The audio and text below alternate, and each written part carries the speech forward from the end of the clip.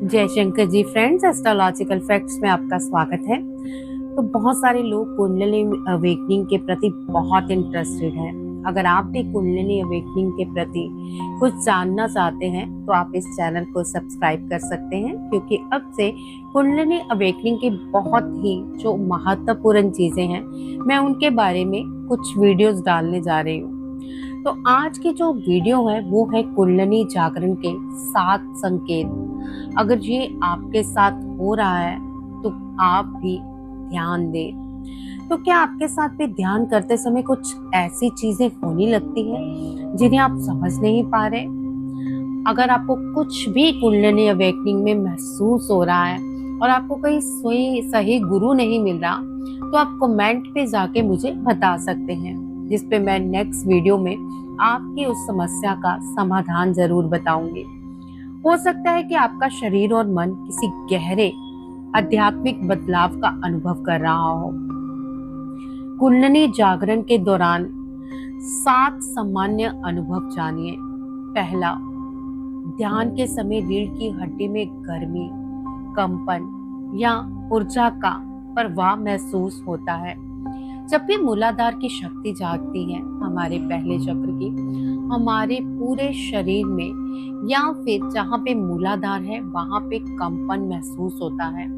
और जैसे ही एनर्जी ऊपर की ओर उठती है, हमें हल्का हल्का रीढ़ की हड्डी में गर्माहट महसूस होता है और ऊर्जा का प्रवाह ऊपर की ओर महसूस होता नजर आता है, जिससे कंपन पूरे शरीर में होता है।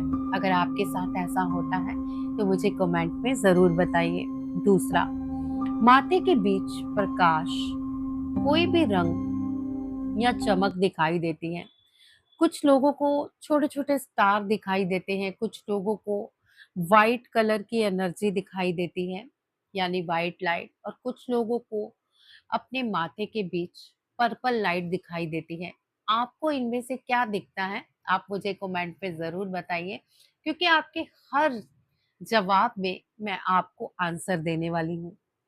तीसरा, बिना किसी खास कारण के ध्यान में मन का ज्यादा शांत हो जाना। जैसे जैसे हमारा ध्यान अच्छा होता है, हमारा मन शांत हो जाता है और हम विचारों में हट के उस शांति को महसूस कर पाते हैं। और चौथा, शरीर में अपने आप हल्की कंपन या फिर मूवमेंट्स महसूस होती हैं। मूवमेंट्स में जैसे सांप लौटता है इधर उधर, आपको भी ऐसे महसूस होता है कि कुंडलिनी धीरे धीरे हिलोटे खाती हुई ऊपर की ओर बढ़ रही है। और या फिर एक तेज कंपन होता है, शरीर अपने आप इतना ज्यादा हिलना शुरू कर देता है। और पांचवा, आपकी इंट्यूशन यानी अंतर ज्ञान की शक्ति पहले से ज्यादा मजबूत हो जाती है।